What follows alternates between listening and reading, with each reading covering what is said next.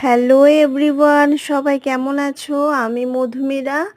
তোমাদের আগের ভিডিওটাতে বলেছিলাম যে আমি জেলফিশ দেখাবো। তো আমরা ওই ছোট্ট নদীটায় আছি এখনো, ডিঙি নিয়ে যাওয়া হচ্ছে। তো এখনো আমরা ওই জেলফিশ ধরার চেষ্টায় লেগেছি। বরমহারাজ চেষ্টা করছে ধরার।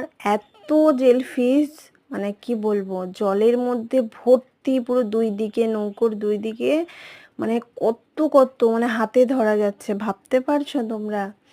তো এইবার দেখা যাক, ধরা হচ্ছে এখন, কি হয়, ধরতে পারা যায় কিনা। তো এই ধরেছে একটা, এই ধরেছে। তোমরা কেউ জেলফিশ দেখেছো আগে? দেখে থাকলে কমেন্ট করে বলো। তো এইটাকে নিয়ে চিকু আর মান্তু ঘাটাঘাটি করছে। তো দেখা যাক আর পাওয়া যায় কিনা। তো দুই দিকে এত সুন্দর লাগছে। এই জেলফিশের চক্করে আর ভালো করে দেখানো হচ্ছে না। তো এই দেখো, তোমরা আগে আগে কেউ দেখেছো বাচ্চা বেলায়? আমরা আমরা তো দেখিনি জেলফিশ কি। এখন যত দিন যাচ্ছে কত কিছু দেখছি। তো মাঝে মাঝে আমাদের আসা হয় এখানে ঘুরতে। ছোটবেলায় খুব আসতাম, এখন আর আসা হয় না অতটা। বাবাও সময় পায় না, সবাই যে যার কাজে ব্যস্ত থাকে। যত দিন যাচ্ছে মানুষের মধ্যে কত দূরত্ব বাড়ছে।